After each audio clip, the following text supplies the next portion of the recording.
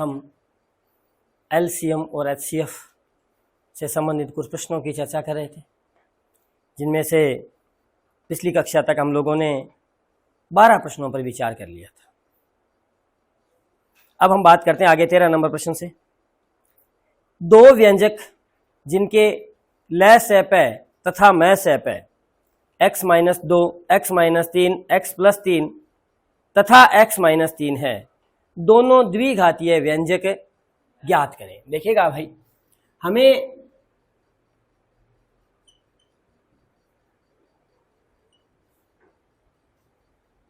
LCM दे रखा है और हमें HCF दे रखा है। x-2, x-3 और x+3। इसी प्रकार हमें HCF दे रखा है x-3 और हमसे अपेक्षा की गई है कि दो द्विघातीय व्यंजक ज्ञात करो।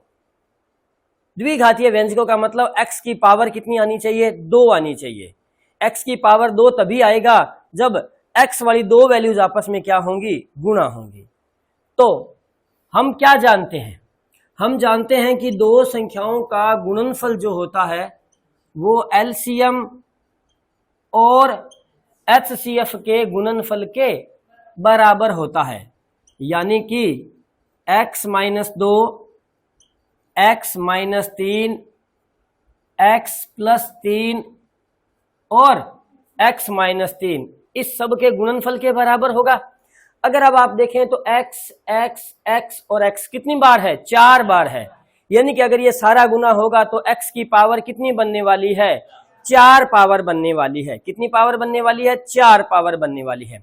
और हमें चाहिए द्विघातीय व्यंजक, तो यानी कि हमारे पास दोनों संख्याओं का गुना होगा और उसमें 4 पावर बनेगी। अगर हम उसमें से पहली संख्या, अगर हम उसमें से दूसरी संख्या को पता करें तो गौर करें कि हमें पहली संख्या क्या मिलनी है। इनमें से एक ऐसा मान जो HCF है। HCF होता क्या है? HCF वह मान होता है जो सभी संख्याओं में मौजूद रहता है।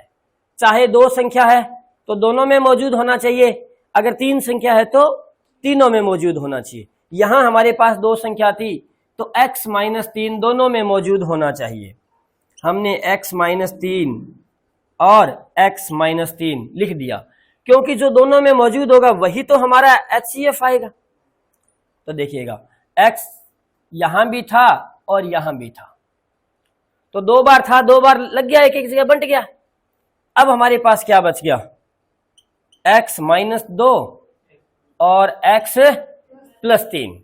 यानी कि अब देखिएगा, अगर आप इसे देखते हैं तो x और x का गुणा होगा तो x² मिलने वाला है, यानी कि यह द्विघात समीकरण हुआ। यह भी क्या हुआ? द्विघात समीकरण हुआ। हमारा आंसर यहां तक आ जाएगा।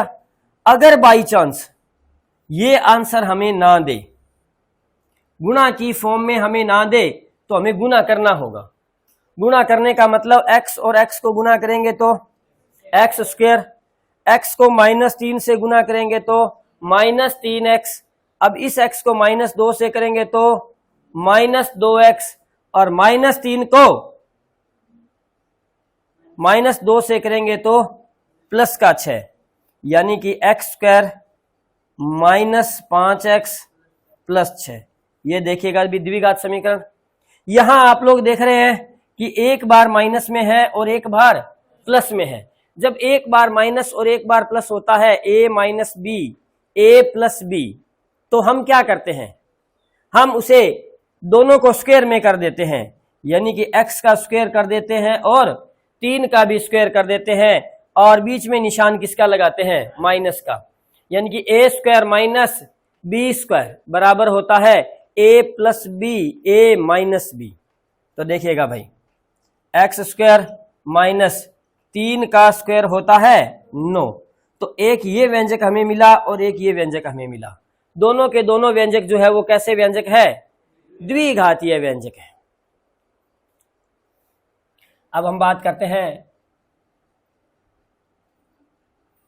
क्वेश्चन नंबर 14 की। देखिए क्या कह रहा है प्रश्न नंबर 14 हमें। वह 3 अंकों की बड़ी से बड़ी संख्या ज्ञात करो जिसमें 5 व 7 का भाग पूरा पूरा जाता है। पहले गौर करें, 5 व 7 दो क्या चीज है? संख्या है। 5 और 7 दो क्या चीज है? संख्या है। तो संख्या का भाग किस में जाता है? हमेशा दो बातें होती है, एक तो संख्या का भाग जाता है और एक संख्या में भाग जाता है। तो संख्या में भाग तो HCF का जाता है और संख्या का भाग LCM में जाता है। क्या हमारी बात को समझ पा रहे हैं? तो हमें संख्या का भाग ज्ञात करना है, यानी कि हमें ज्ञात करना है कि 5 और 7 का भाग। तो देखिएगा भाई, संख्या का भाग हमेशा किस में जाता है? LCM में जाता है। तो इसका LCM कितना हुआ? क्यों हुआ? दोनों में कुछ भी कॉमन नहीं है, और जब दोनों में कुछ भी कॉमन नहीं होता है तो उनका LCM उनके गुणनफल के बराबर होता है। क्या हमारी बात समझ पा रहे हैं? चलिएगा भाई, लेकिन हमसे क्या पूछा है?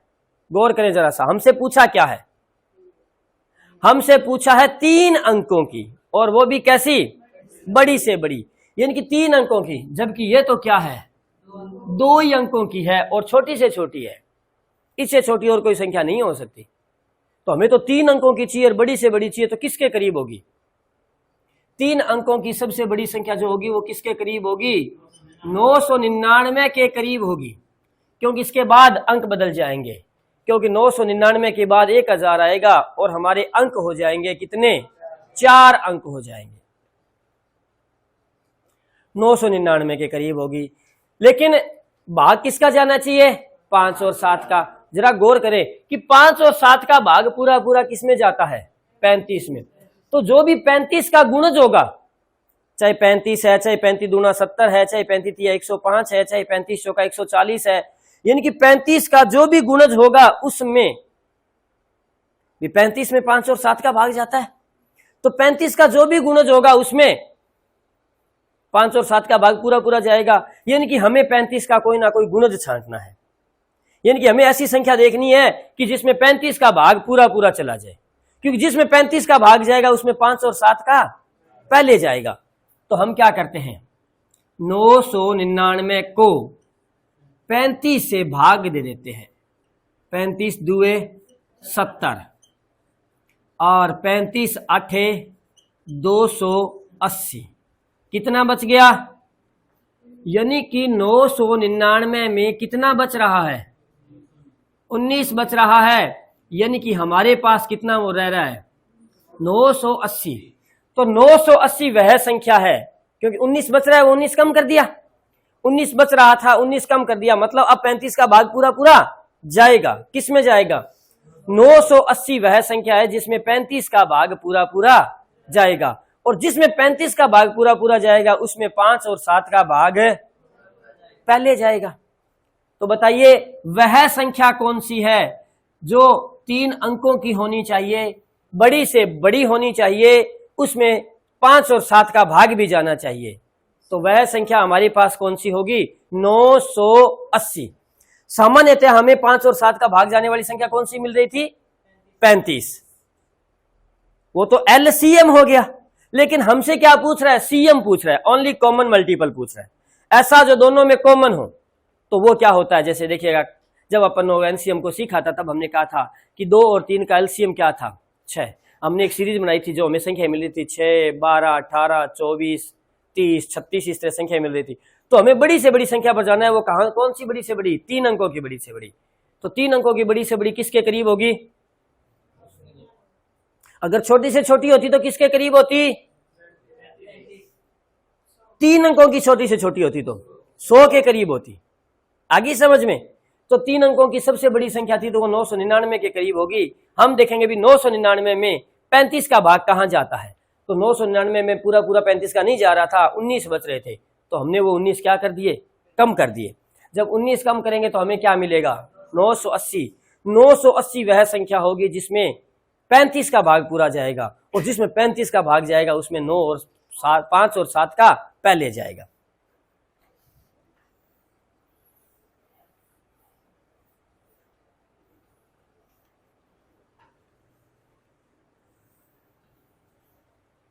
नेक्स्ट प्रश्न देखिएगा भाई, क्या कह रहा है हमसे, वह 4 अंकों की छोटी से छोटी संख्या बताओ। यानी कि अब हमें 4 अंकों की छोटी से छोटी संख्या बतानी है।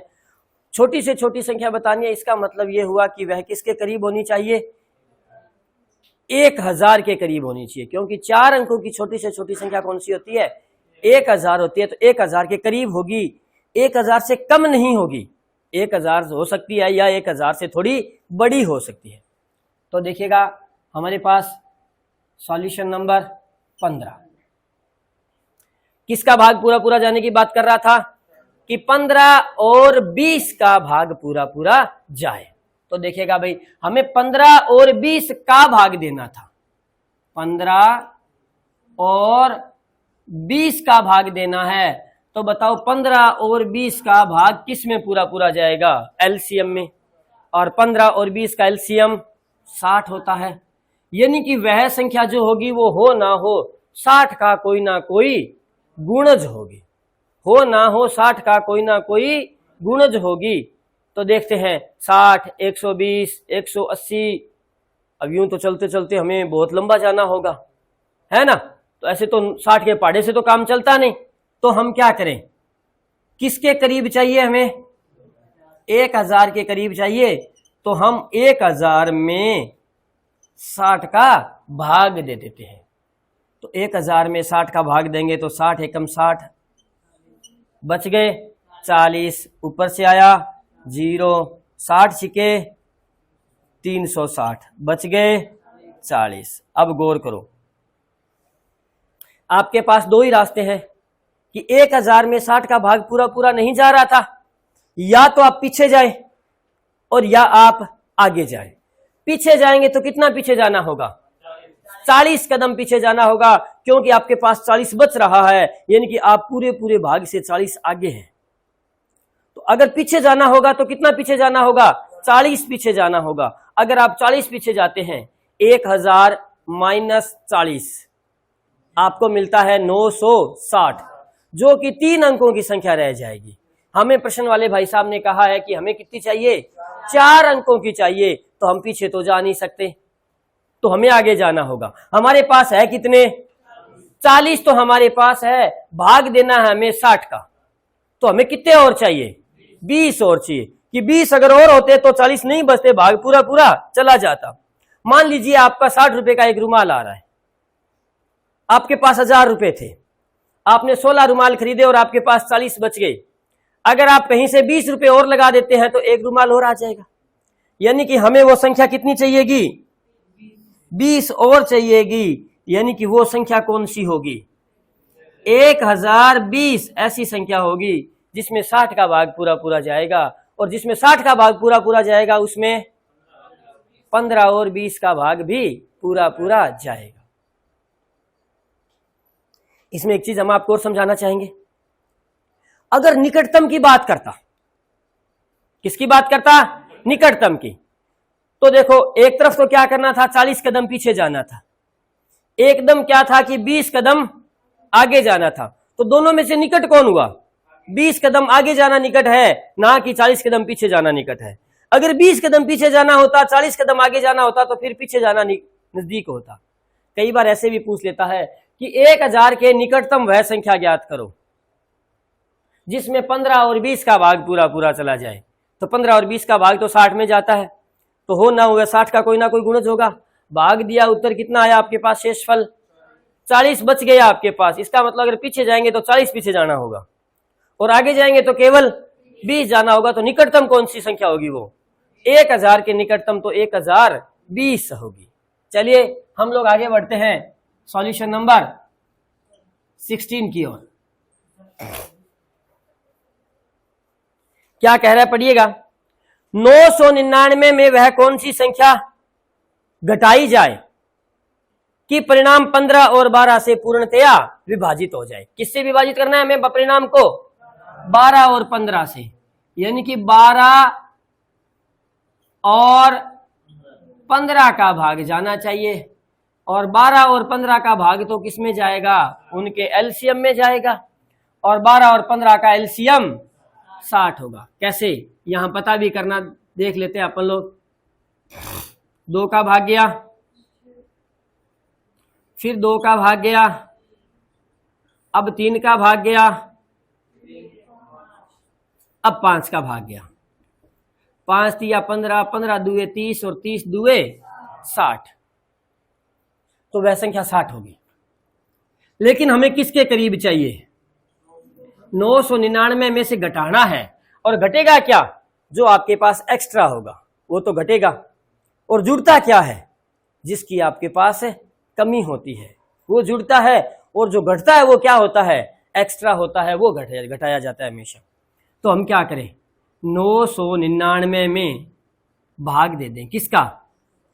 60 एकम 60, बच गए 39, ऊपर से आया 9, 60 छिके 360, बच गए वही 39। इसका मतलब ये हुआ कि अगर आप ये 39 घटा देते हो, जोड़ना तो पड़ेगा, तो कितना पड़ेगा? 21 जोड़ना पड़ेगा, क्योंकि 39 हमारे पास है, 21 और होंगे तो 60 हो जाएंगे। अगर कहा जाता अभी बताओ 999 में वह कौन सी संख्या जोड़ी जाए कि परिणाम 12 और 15 से पूर्णतः विभाजित हो जाए, तब आप कहेंगे क्या जोड़ा जाए? 21 जोड़ा जाए। लेकिन बात कह रहा है घटाने की, तो घटाया क्या जाएगा? जो फालतू होगा। भी 60 में 39 आपके पास थे, तो कम कितने हैं? 21 कम है, तो वो तो जोड़ने होंगे। और 60 में 39 आपके पास क्या है? एक्सेस है। तो आप क्या करेंगे? 999 माइनस 39 यानी कि 960। वैसे देखा जाए करना इसको 60 से गुना, 16 छिके 96, क्योंकि 16 बारी पूरा पूरा जाना है, तो 16 छिके 96, 960 ही ऐसी संख्या होगी जिसमें 60 का भाग पूरा पूरा जाएगा।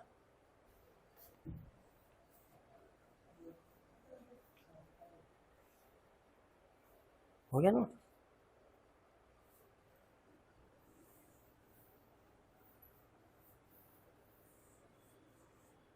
चलिएगा,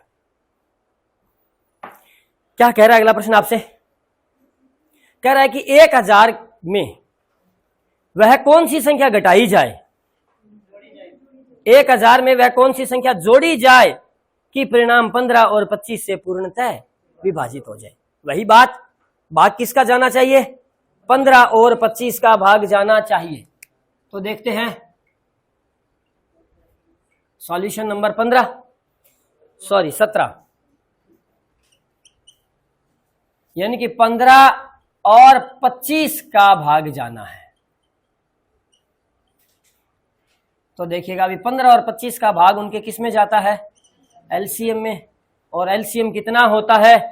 75। 15 और 25 का LCM 75,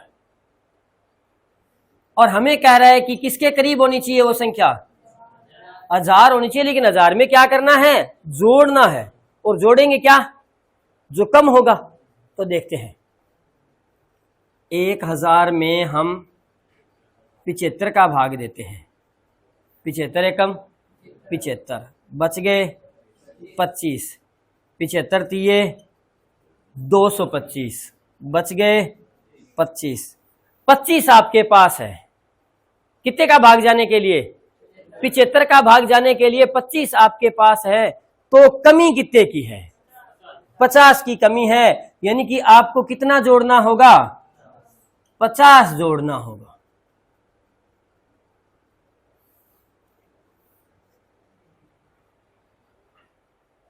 okay, next solution number 18 की बात करता हूं। क्या कह रहे हैं?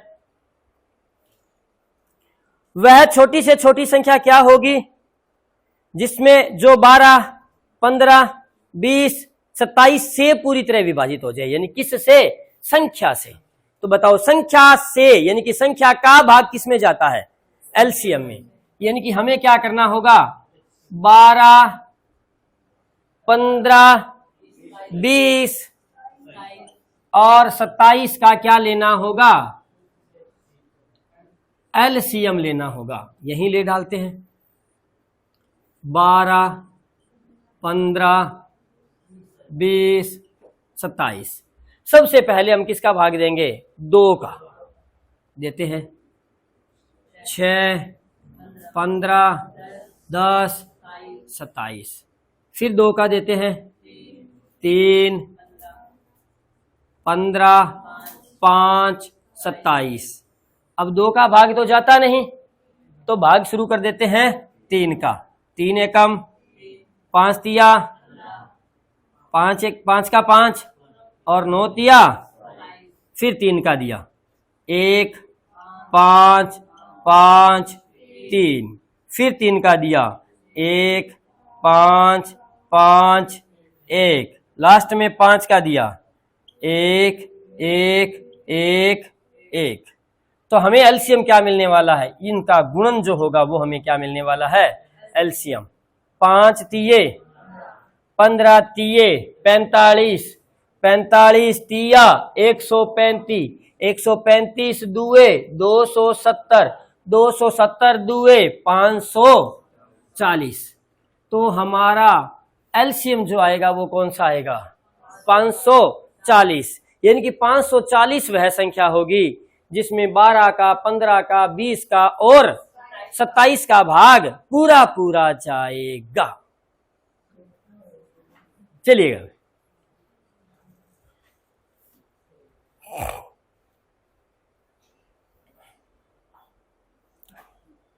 आगे देखिए प्रश्न क्या कह रहा है। बहुत ही सामान्य सी बात है, प्रश्न को केवल समझना है।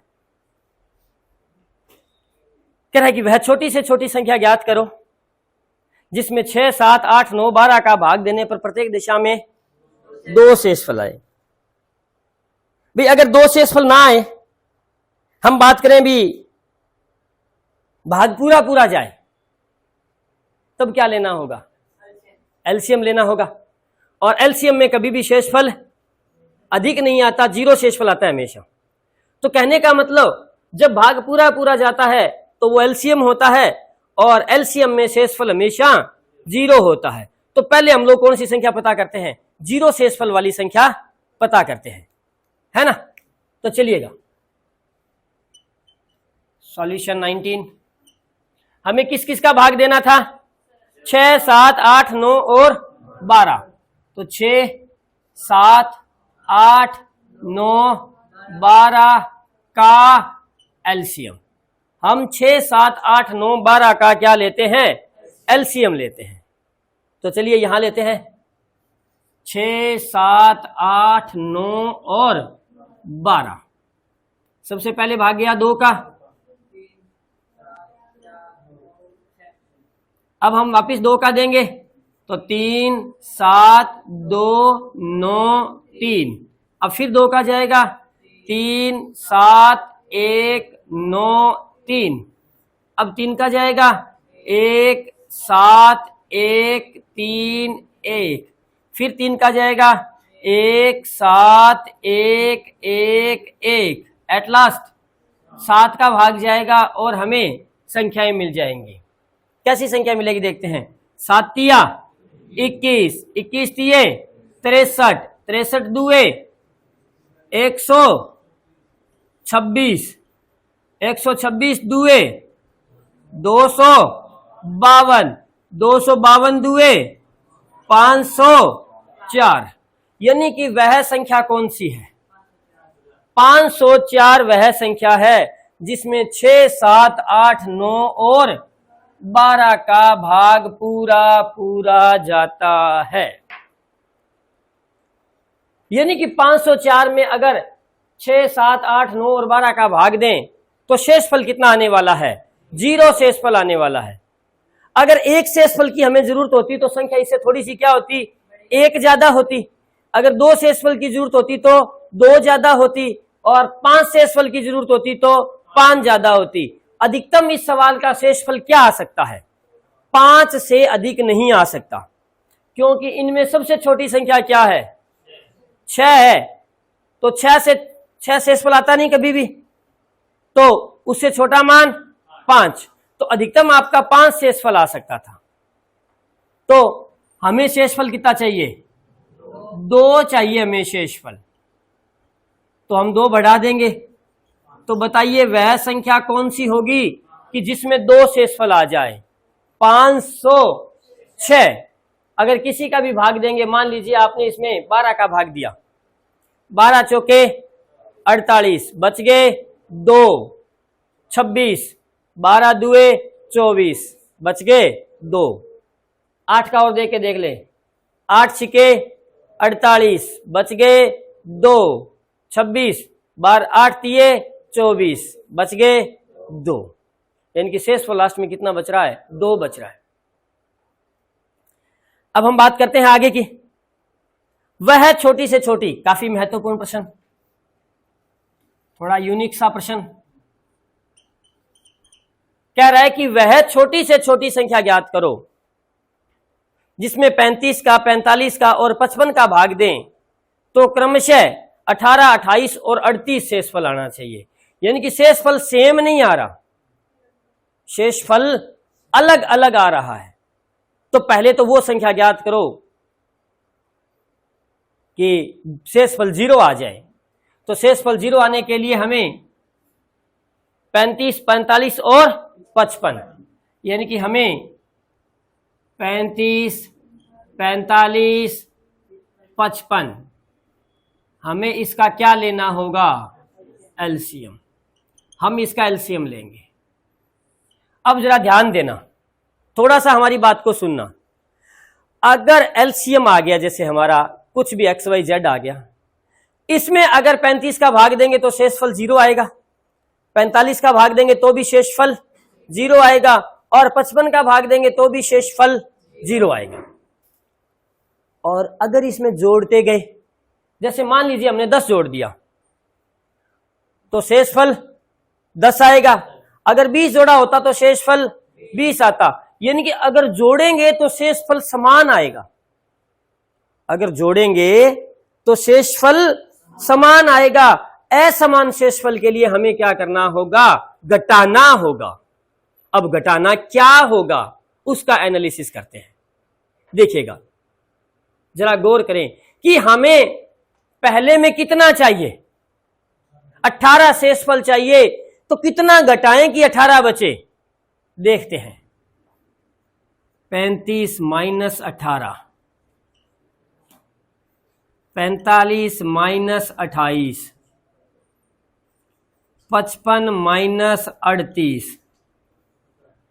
यानी कि अगर हमें, गौर करना, कि अगर हमें 18 शेषफल चाहिए तो भाग जाने से 17 कम होना चाहिए, ताकि अपने आप ही कितने बच जाएंगे?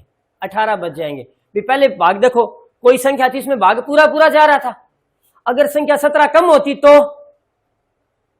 इसमें 18 बचते, अगर संख्या 17 कम होती तो इसमें 28 बचते, और अगर संख्या 17 कम होती तो इसमें 38 बचते। क्योंकि भाग 55 का देना है और हमारे पास 17 कम है।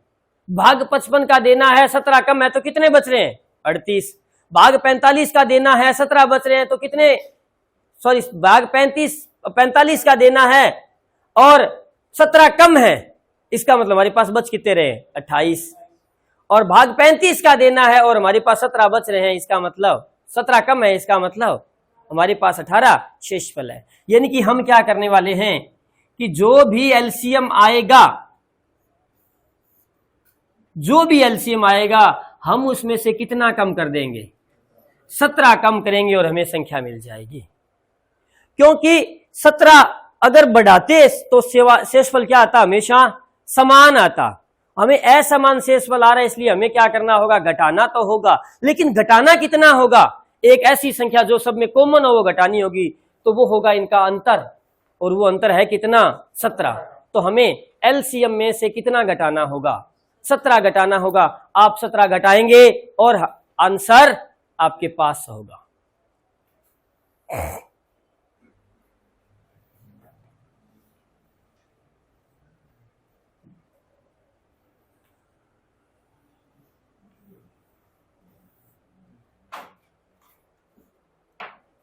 देखिए, हम लोग प्रश्न 21 को देखते हैं और क्या कह रहा है प्रश्न नंबर 21। वह बड़ी से बड़ी संख्या ज्ञात करो जो 513, 783 और 1107 को पूरा पूरा विभाजित कर दे। किसको? संख्या को विभाजित कर दे, संख्या को विभाजित कर दे। तो बताओ, संख्या को विभाजित कौन कर रहा है? संख्या को विभाजित हमेशा उसका HCF करता है। यानी कि सॉल्यूशन नंबर 21 513 783 और 1107 का हमें क्या लेना होगा? HCF लेना होगा। अब इसका HCF लेने के लिए या तो आप संयुक्त विधि लगा लें और या आप भाग विधि लगा लें। देखिए जैसे अपन लोग भाग विधि यूज कर रहे हैं, यहां पर 1107 सबसे बड़ी संख्या, उससे छोटी संख्या 783, एक बार जाएगा 783, 7 में से 3 गए 4, 10 जीरो था हासिल 10, 10 में से 8 गए 2, यहां बचा 10, 10 में से 7 गए 3, 324। अब ये कहां जाएगा? अंदर, यानी कि भाग के निशान के अंदर जाएगा। अब ये क्या बन जाएगा? भाज्य बन जाएगा। फिर कितनी बार जाएगा? 2 बार जाएगा। 648, 13 में से 8 गए 5, यहां बचे 7, 7 में से 4 गए 3, 1, फिर 324, 2 बार जाएगा 270, बच गए 4, हासिल 12, 12 में से 7 गए 5, वापिस 135, 2 बार देंगे तो 108, 15 में से 8 गए 7, यहां बचे 2, 27, फिर 54 अंदर, 27 दुए 54, यानी कि किसका? 27 का। यानी कि इन दोनों का जो HCF आएगा वो कितना आएगा? अब हम पुनः क्या करते हैं? 513 में 27 का वही सिस्टम शुरू कर देते हैं हम। तो देखते हैं 27 एकम 27, बच गए 24, 27 पंजा 135, है ना? कितनी बार जा रहा है? मेरे हिसाब से 9 बार जा रहा है। देखते हैं 9 बार जाता है क्या? 9 7 63, बच गए 6, 9 दुए 18 और 6 24, यानी किसका भाग चला गया? 27 का फिर चला गया। तो अगर इन दोनों का अगर HCF निकालें तो भी कितना आ रहा है? तो हमारे पूरे प्रश्न का HCF कितना आ जाएगा? 27। याद करें, ये तो था सामान्य सवाल कि जब शेषफल कितना बचे? पूरा पूरा भाग जाए, यानी कि पूरा पूरा भाग जाएगा तो शेषफल 0 आएगा। अगर पूरा पूरा भाग जाएगा तो शेषफल 0 आएगा। अगर शेषफल बच रहा होता तो शेषफल तो इसमें बचता है, तो पहले शेषफल नाम बचे ऐसी संख्या बनाएंगे, यानी कि जो शेषफल बच रहा है पहले वो घटा देंगे मूल संख्याओं में से और फिर उसका क्या लेंगे? HCF। LCM में क्या करते थे? पहले LCM लेते थे और बाद में जो शेषफल आ रहा था वो क्या करते थे? जोड़ते थे। HCF के लिए क्या करना होता है? पहले घटा लेंगे और बाद में HCF लेंगे, क्योंकि घटाने के बाद संख्या मिलेंगी ऐसी जिसका भाग पूरा पूरा जाएगा। कैसे? देखिए प्रश्न देखते हैं, सॉल्यूशन नंबर 22 देखते हैं। आपने पढ़िए क्या कह रहा है 22 नंबर प्रश्न आपसे। वह बड़ी से बड़ी संख्या ज्ञात करो जिसका यानी कि 804 और 1745 में भाग दें।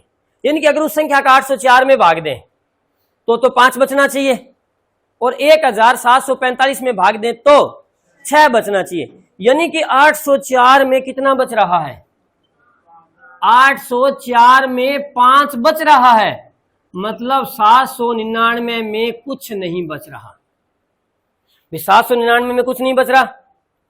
800 में 1 बचेगा, 801 में 2 बचेगा, 803 में 4 बचेंगे और 804 में 5 बचेंगे। इसी प्रकार 1745 में 6 बच रहे हैं, यानी कि 1739 में कुछ नहीं बचेंगे। यानी कि हम क्या लेने वाले हैं? कुछ नहीं बच रहा, मतलब अब वो संख्या हमें बतानी है जो इनमें भाग पूरा पूरा दे दे। इनमें भाग देगी तो इनमें अपने आप ही 6 और 5 बचेंगे। तो हम क्या करेंगे, now we will take 799 LHCF of 799 and 1739। हम इसका क्या ले लेंगे, HCF ले लेंगे। विधि आपको बताई हुई है, चाहे ये विधि यूज कर ले और चाहे जो है वो संयुक्त अभाज्य गुणनखंड विधि का यूज कर ले। ये विधि ज्यादा बढ़िया रहेगी, क्योंकि 1739 में 799 का भाग देंगे तो लगभग 800 का भाग देंगे, 2 बार भाग चला जाएगा, जल्दी से आंसर आ जाएगा। यानी कि 1799 भाग 1739 भाग 799 2 बार देंगे तो आएगा 1598, 1598। आपके पास बचने वाला है 1,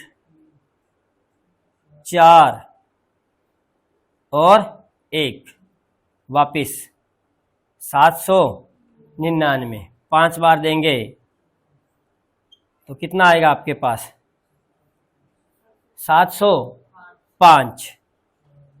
कितना बचेगा, 94, 141 1 बार देंगे, आपके पास कितने बचेंगे, 47 ही बचेंगे ना, 47। अब 94 में देंगे तो कितनी बार चला जाएगा, यानी कि हमें इसका HCF कितना मिलने वाला है। अगर आप 47 का भाग देंगे, अगर 799 होता तो भाग पूरा पूरा जाता, और अगर 805 होता तो 799 तक तो पूरा पूरा गया, और उसके बाद आपके पास बच जाता, कितना बच जाता, 5 बच जाता। इसी प्रकार 1739 होता तो भाग पूरा पूरा जाता, और 1745 है तो कितना बचेगा, 6 बच जाएगा।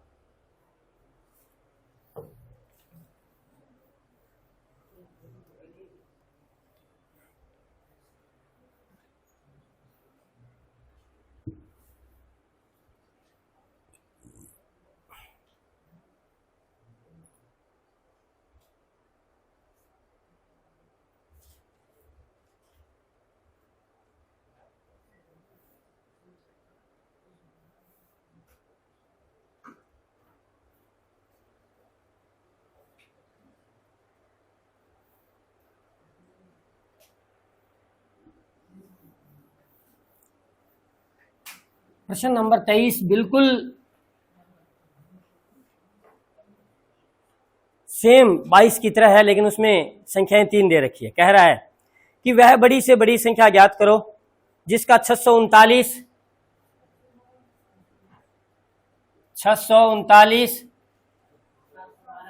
712 और 1525। अगर इसमें भाग दूं तो यहां से कितना शेष बचना चाहिए, 10, यहां से 9 और यहां से 8। तो सबसे पहले क्या करेंगे, ये शेषफल कम करेंगे।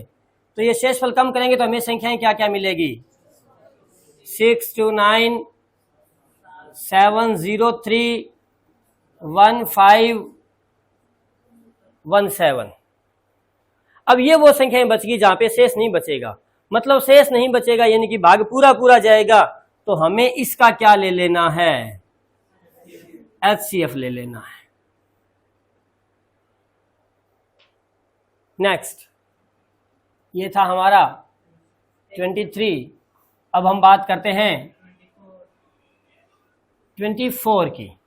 24 थोड़ा सा हटकर है, यूनिक सा क्वेश्चन है, अलग सा क्वेश्चन है कि वह बड़ी से बड़ी संख्या ज्ञात करो जिसमें 590, जिससे 590, 908 और 1014, 590, 908 और 1014 को भाग दें तो प्रत्येक दशा में समान शेष बचे। अब देखिए, अगर हमें शेषफल दिया होता, चाहे वो समान होता चाहे वो असमान होता, अगर हमें शेषफल दिया होता, चाहे मान लीजिए कहता भी 5 शेषफल बचे तो हम 5 5 घटा देते, फिर HCF ले लेते। अगर कहता भी 60 शेषफल बचे तो हम क्या करते, 60 घटा देते और HCF ले लेते। चूंकि अब हमें पता नहीं है भी समान शेषफल है, पता नहीं कितना शेषफल है, तो उसके लिए क्या करेंगे हम लोग, सबसे बड़ी संख्या कौन सी है,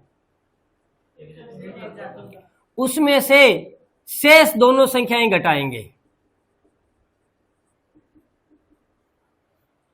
अब इसमें से शेष दोनों घट गई, इसको छोड़ दिया। अब बड़ी कौन सी रह गई, 908 बड़ी रह गई, तो उसमें से फिर उससे छोटी संख्या घटा देंगे। अगर ऐसे 4 होती तो भी यही प्रोसेस करती। यानी कि इसका कारण क्या था, थोड़ा सा समझें कि जो शेषफल इसमें फालतू था, मान लीजिए 50 इसमें फालतू था, तो 50 इसमें फालतू था, तो उस 50 से 50 तो पहले गया कि नहीं गया। यानी कि जितना अधिकतम था घटाने के बाद वो उतना एक्स्ट्रा जो था वो चला जाएगा। तो हम क्या करते हैं, सबसे बड़ी संख्या में से उसे तमाम छोटी संख्या घटाते हैं, फिर जो संख्या बचती है उसको छोड़ते हुए जो शेष बच गई उनमें से बड़ी में से तमाम छोटी घटा देते हैं। इसको देखते हैं कितना आंसर आया, 106।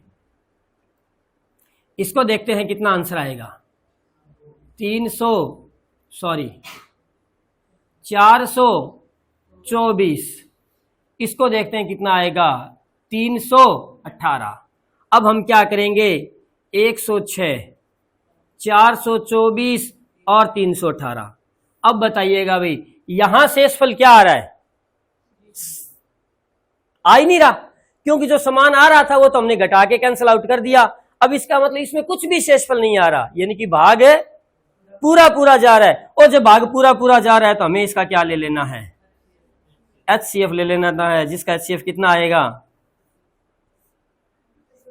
106 आएगा। चेक करके देखते हैं भाई, हम 106 का भाग 590 में देते हैं, 5 बार जाएगा, 106 गुणा 5 यानी कि 530, कितना बचेगा, 60 बचने वाला है।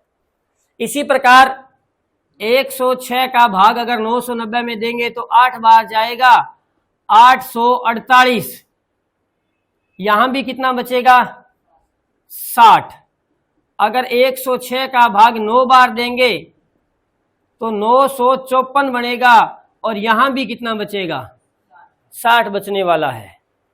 तो देखिए प्रत्येक दशा में शेषफल क्या आ गया, समान आ गया। क्या करना है हमें, जब प्रत्येक दशा में शेषफल समान आए तो हम क्या करेंगे, सबसे पहले सबसे बड़ी संख्या से उससे छोटी संख्याएं घटा देंगे, उसको छोड़ते हुए शेष बची संख्याओं में सबसे बड़ी संख्या से सबसे बाकी बची हुई छोटी संख्याएं घटा देंगे। यह क्रम जारी रखेंगे।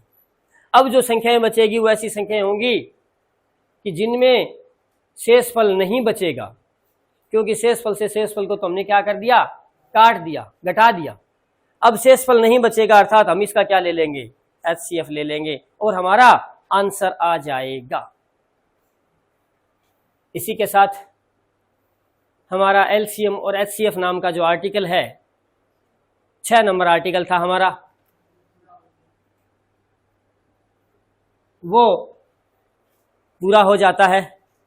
अब हम अगले 7 नंबर आर्टिकल के लिए घातांक नियम, अगला जो हमारा आर्टिकल रहेगा वो रहेगा घातांक नियम, उसकी चर्चा करते हैं अगली क्लास में।